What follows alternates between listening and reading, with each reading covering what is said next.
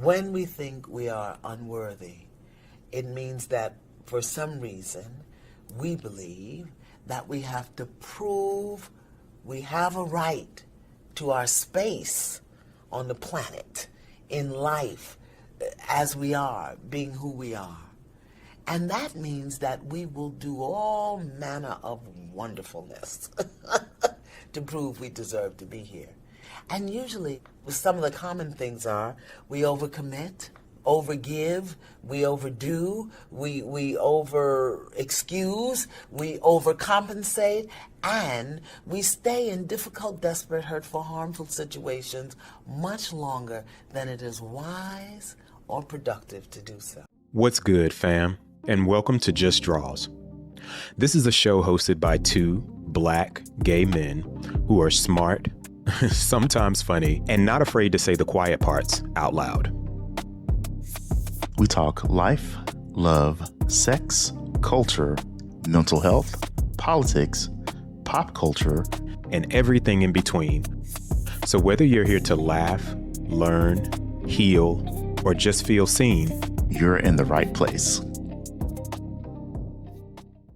All right. What's up, y'all? It's your boy Darius, aka DMC, and welcome back to the Just Drawz podcast.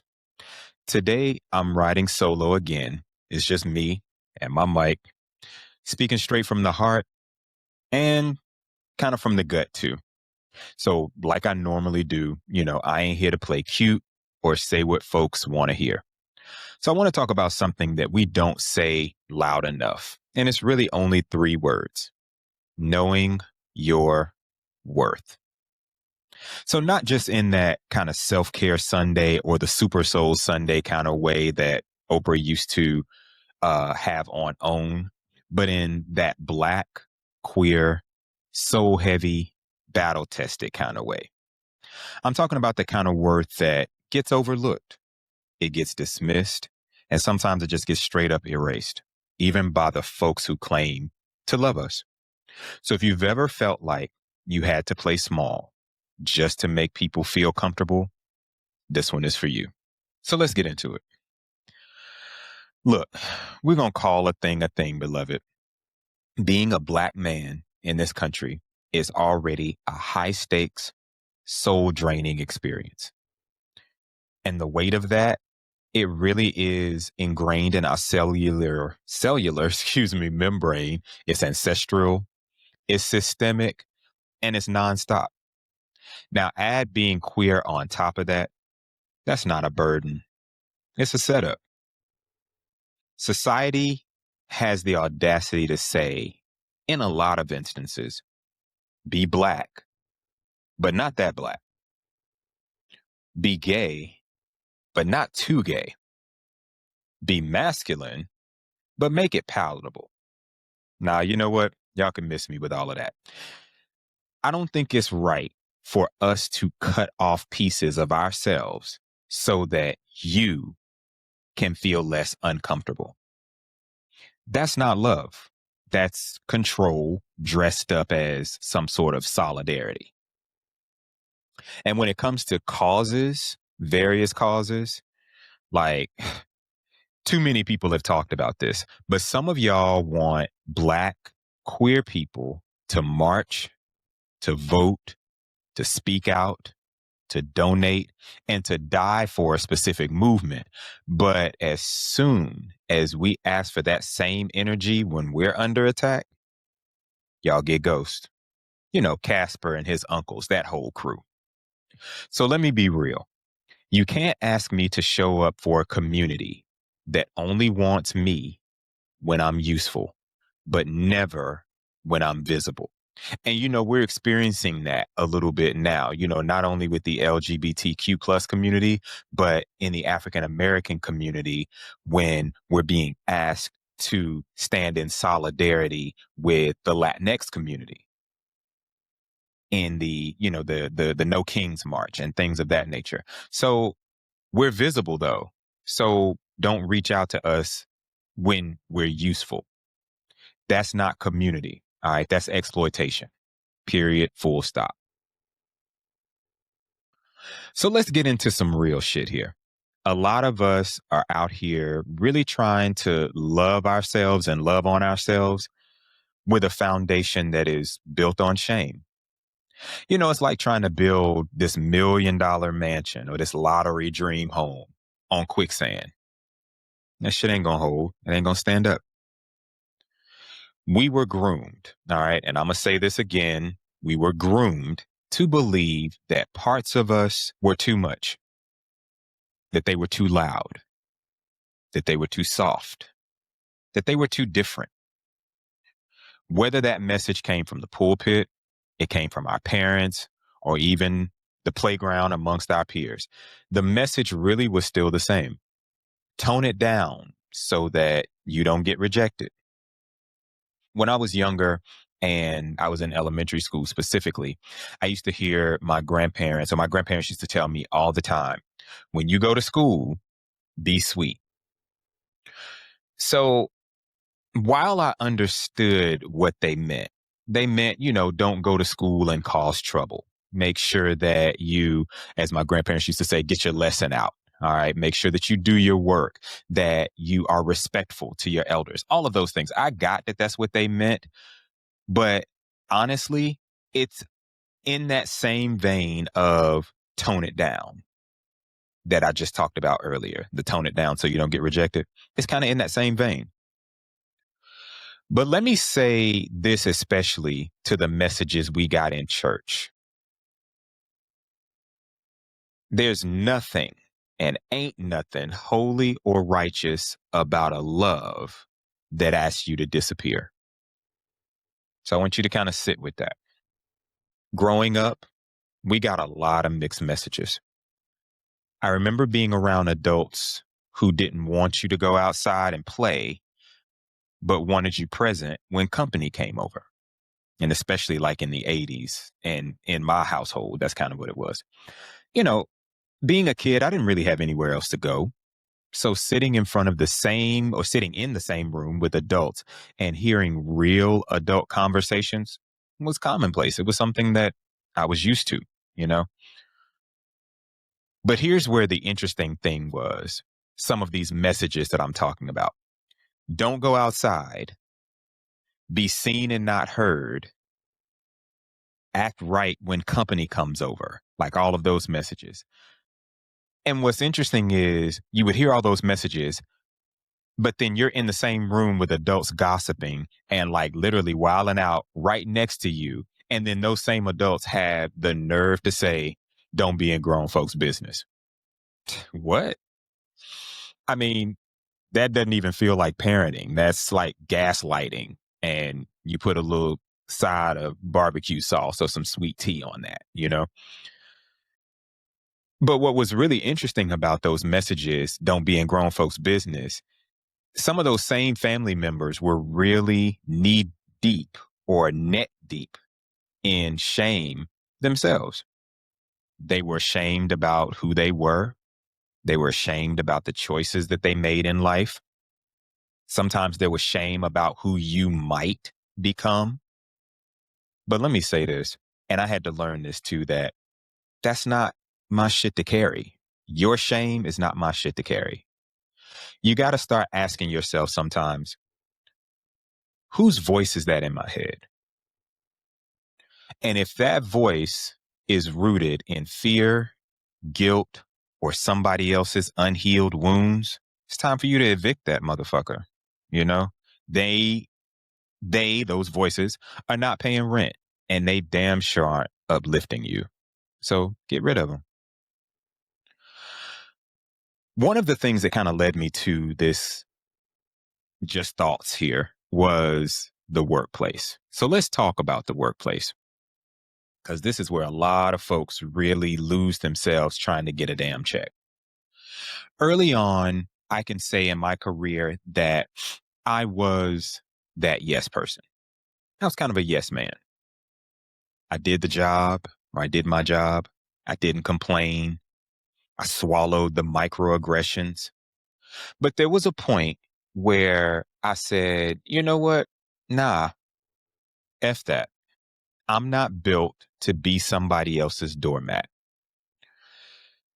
And once I came to that realization, you get those terms, or you get those stigmas placed on you, those stereotypes placed on you about being difficult.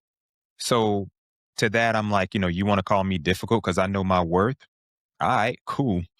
I'd rather be labeled as a problem than to be praised for being silent while I'm being disrespected.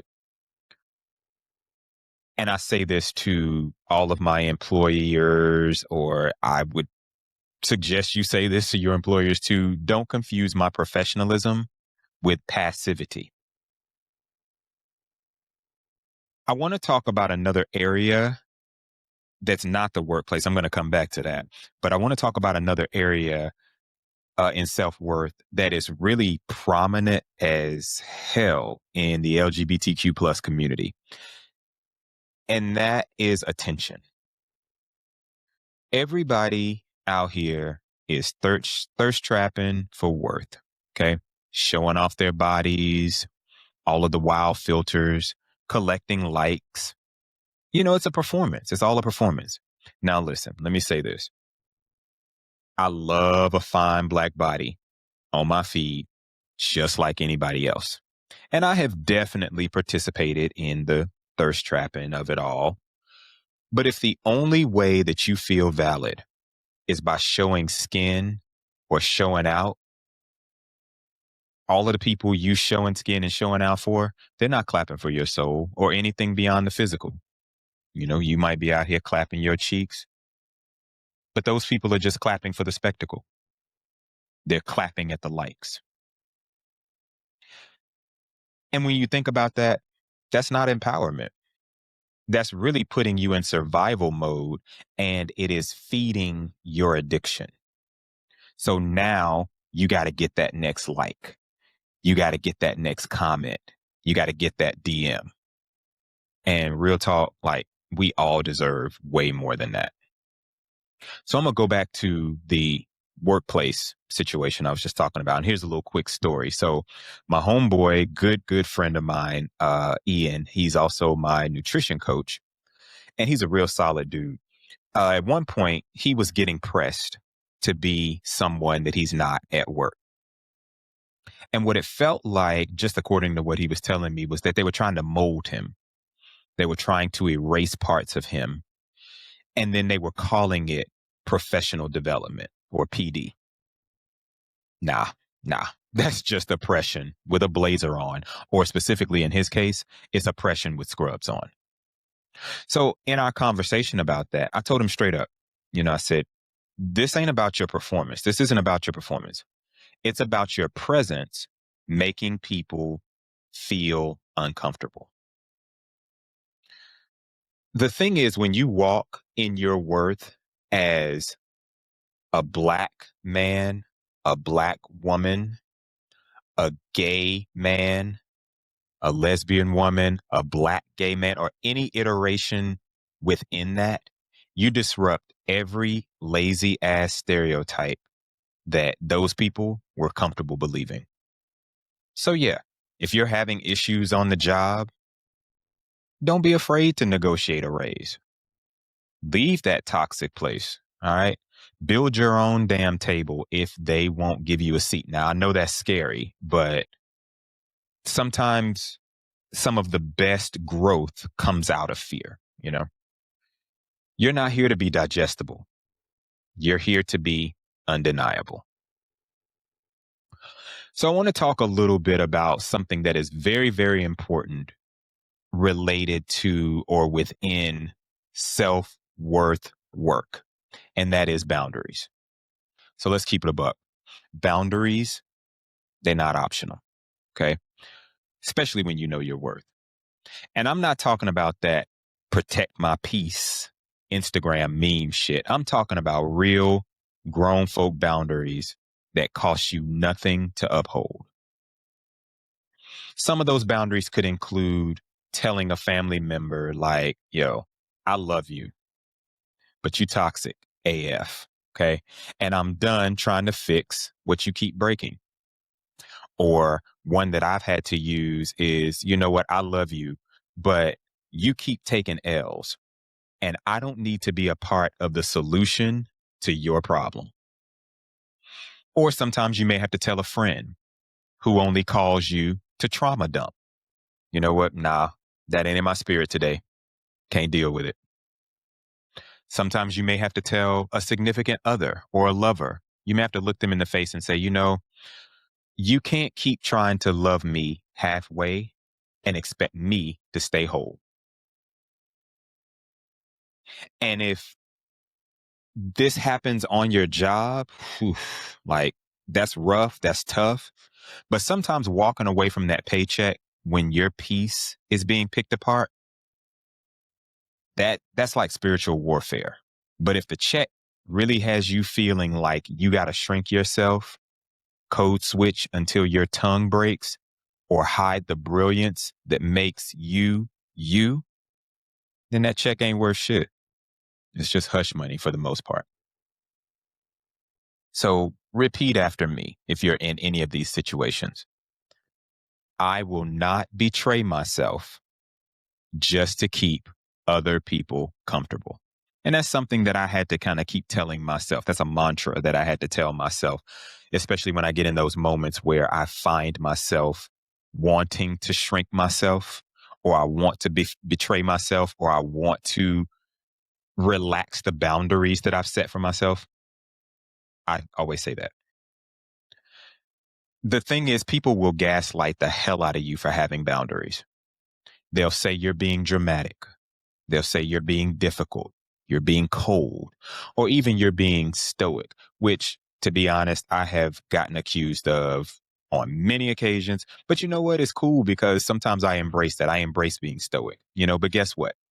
People who benefit from your lack of boundaries will always be offended when you draw the line in the sand.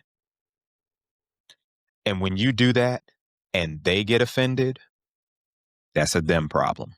Something they've got to do some soul searching and figure out how they're going to handle it.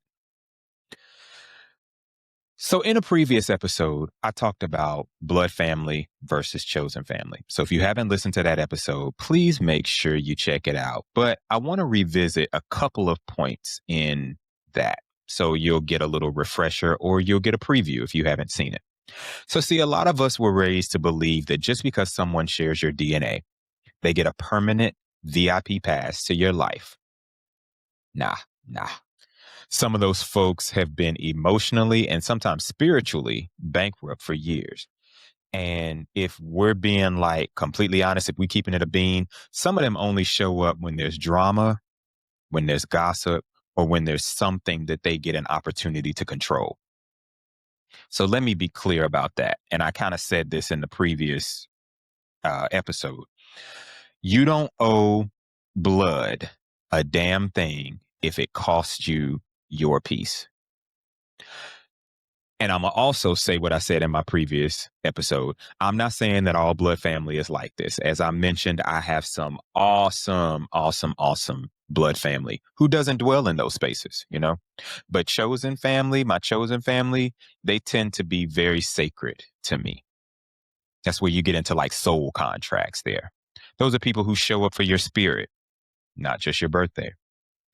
The ones who let you cry without needing to fix it. The people who don't flinch when you tend to be a little bit messy.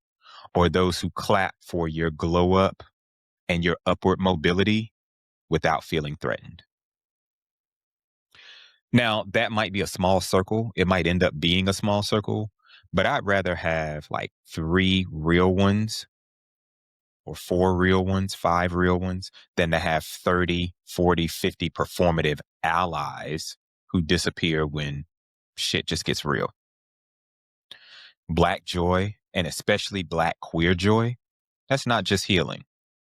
It's almost like you're protesting, Every time we laugh, every time we thrive, every time we build, or even when we rest, we're really flipping the bird to every system that told us we weren't supposed to make it this far.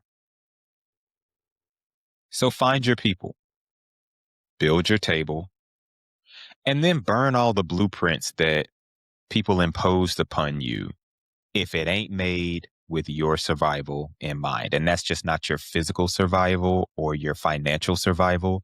It's your mental, your emotional, and your social survival. So yeah, that was really what was kind of weighing on my chest on this episode.